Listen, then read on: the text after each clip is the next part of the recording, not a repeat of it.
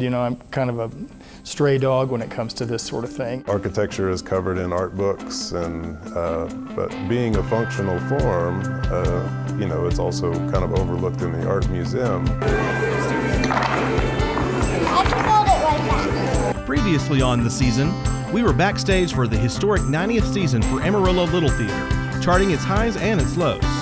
This season, we're exploring the world of visual art on and off the walls at Amarillo Museum of Art.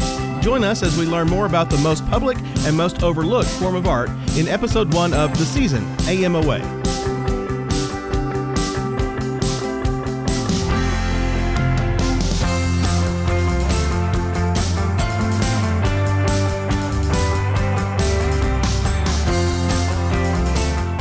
The art objects themselves kind of sometimes can be overcome by what their function is. Architecture is all around you, literally.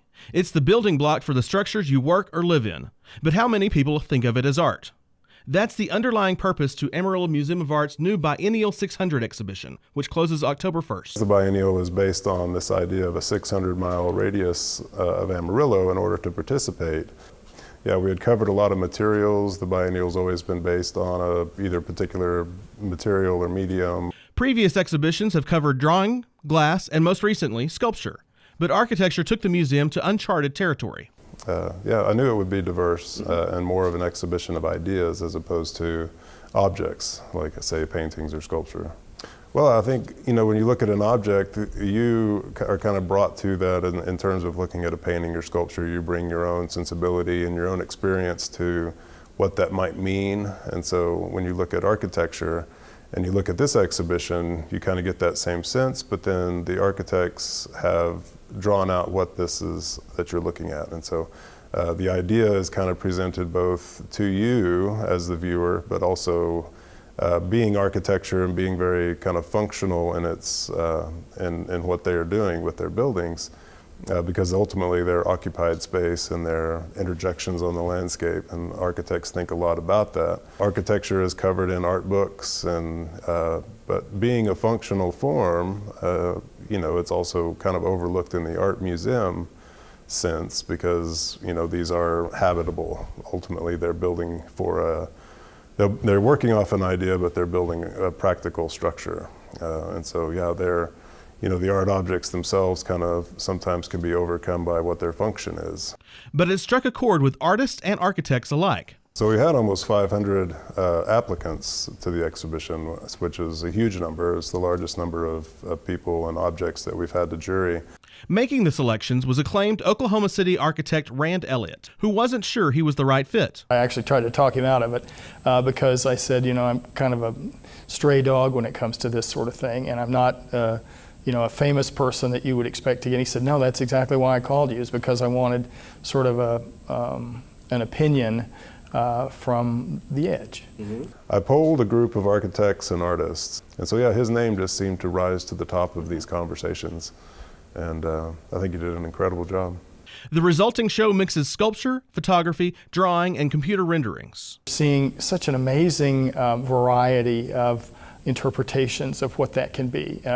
Some more on the artistic side, some more on the architectural side, some kind of in between, and some just out there, which is really wonderful, and it makes you enthusiastic about the human being and the human mind and how creativity works. I don't know that I had an expectation other than I was hoping that there would be some provocative things, some things that would really stop to make us think about where we are in society and the position we are in life and location and environment, and sort of a response to what's going on in the world, which is exciting on the one hand, scary on the other.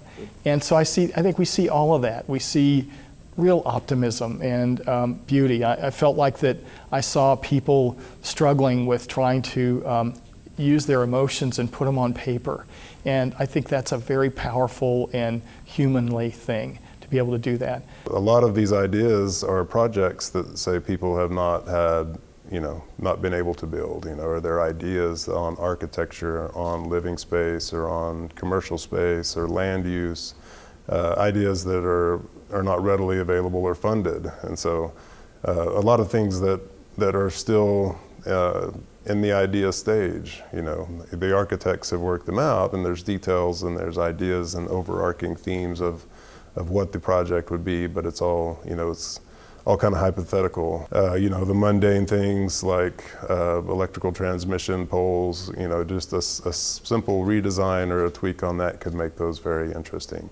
You know, ways that you could build in shade and kind of public spaces that are more comfortable to be in the summer, or maybe generate heat in the winter, things like that that really affect the person that's going into them. The exhibition inspired a family fun day in August, encouraging children to play at a variety of hands-on projects. If those activities, or just seeing the exhibition in general, plants a seed that blossoms into a future architect, one who places a premium on creativity, that would be a wonderful bonus, Elliott said. It is unfortunate that probably out of every 10 great projects that are 10 projects that are built, maybe one is a great one, and that the remainder are average or something above average. And it should be the other way. It should be that there are more and better projects around. It would like to think that exhibitions like this inspire architects and artists and the public in general to believe that there is more. There's a higher level. There's a higher bar that we can create that makes life and our environments and cities better for their existence. Panhandle PBS and The Season will follow Amarillo Museum of Art throughout 2017 and 18. Up next, we'll delve into the museum's extensive vault to visit its permanent collection. The Season is brought to you in part with support from Park Central and Realty Central of Amarillo, with additional support from Krause Landscape Contractors and the Amarillo Convention and Visitors Council Arts Committee.